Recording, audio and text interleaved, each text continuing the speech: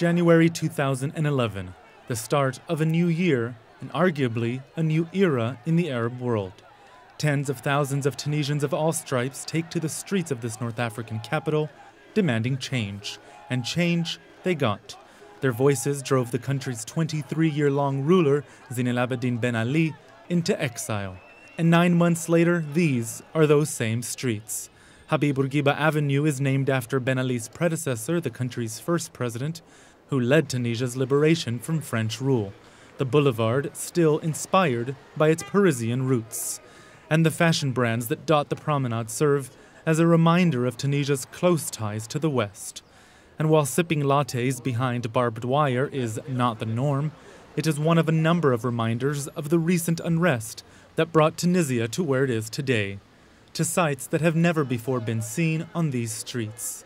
Young men and women urging Tunisians to vote in the country's first open elections since independence more than half a century ago. More than 100 political parties have registered, and a fifth are contesting Sunday's historic vote. By law, women like Rasa Munira must make up half of all party lists. But some fear a turn for the worst, highlighted recently by tensions between seculars and Islamists.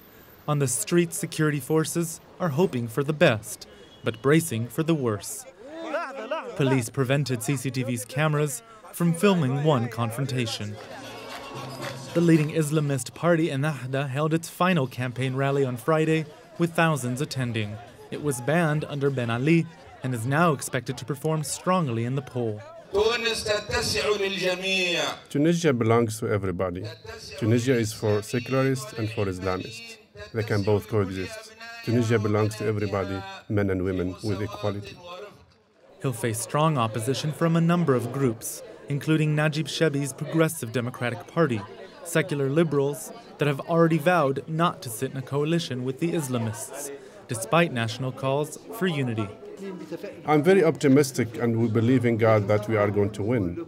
But it's like an old French saying, if there is one thing that's not certain, it's politics. So there is no guarantee, especially with 50% of the population still undecided. And then there are those who cannot run at all.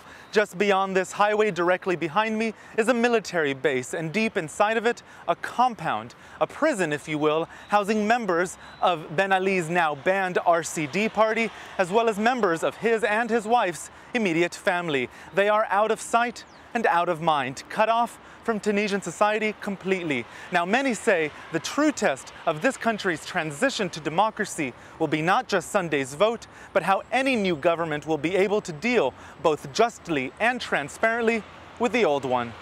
Roee Ruttenberg, CCTV in Tunis, Tunisia.